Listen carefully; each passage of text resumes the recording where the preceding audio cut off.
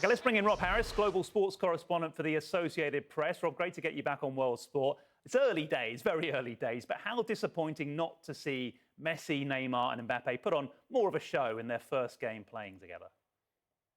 Yeah, hi Alex. It might be quite heartening for some of the neutrals around the world to think that actually, however much PSG have spent gathering these Galacticos, they still can't start with a win in the Champions League. They can't blitz apart Club Brugge, and it is a difficult time.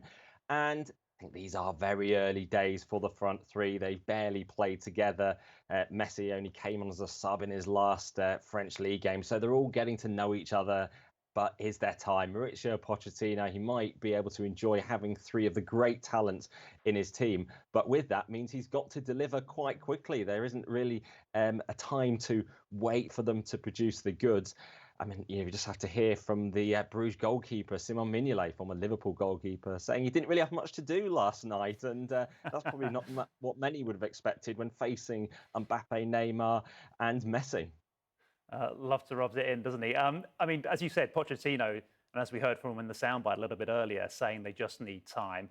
Is that all? Is there any concern they won't gel? Because it'd be a horrible position for him to be in if he knows that probably his most successful team or his team most likely of getting wins is not including the three of them together. Yeah, and the fact we didn't have Di Maria on the pitch last night, he's suspended in the Champions League at the moment. So he's such an integral player for them last season who might miss out at times now. We've got Messi in there too.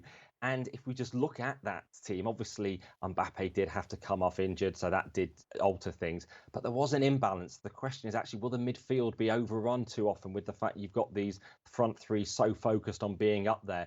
You know, Pochettino is a fan of the pressing game. Will he get that work out of those front three? Will they be dropping back? And perhaps that was causing the issues as well. But there are many new players to bled in still. Obviously, Wijnaldum as well. They're off to Lyon in the French league at the weekend too.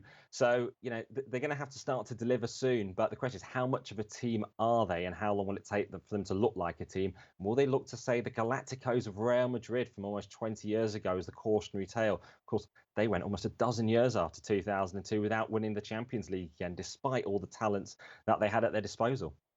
Yeah, there's no doubt PSG will have to play a lot better when they face Manchester City in that group. Of course, City linked to Messi, also to the Tottenham and England star Harry Kane, but ended up not buying an out-and-out striker following the departure of Sergio Aguero. Do you think that 6-3 thrashing of RB Leipzig shows they just don't need one? Well, it was certainly far more attacking, wasn't it, than the last time we saw them in the Champions League in Porto in that final against Chelsea, when they really did seem to offer very little. They're really sort of defensive in that game. If we look at Leipzig, though, they are weakened. They do keep on obviously losing their leading players to Bayern Munich, even the manager Nagelsmann, and they've started really badly in the Bundesliga as well, losing 3 out of their 4 games so far. So that is the note of caution in terms of the strength of Leipzig, and particularly at the start of a season. But it will encourage Pep Guardiola, the fact he could rely on Ferran Torres, particularly Jack Grealish, his first ever Champions League appearance. Incredible, isn't it? Spending £100 million on a player who hasn't even played in a European competition before, but he seemed right at home, of course, in getting a goal himself. It could be later in the season as we get on that Pep Guardiola does sort of cost the lack of striking additions, but they might be looking towards next summer. Erling Haaland, could he be coming on the market then? Well, €75 million release clause potentially could be activated then. So maybe in the long run, Manchester City do actually come out on top in terms of their attacking options if they do wait. But, you know, they've got this season, another season when the expectation will be then for them to win the Champions League for the first time.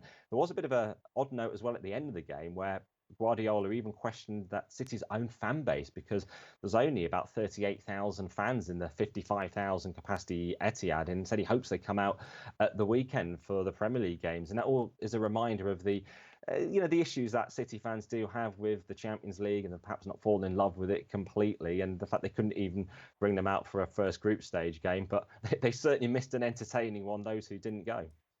Absolutely. Rob Harris, as ever, thank you.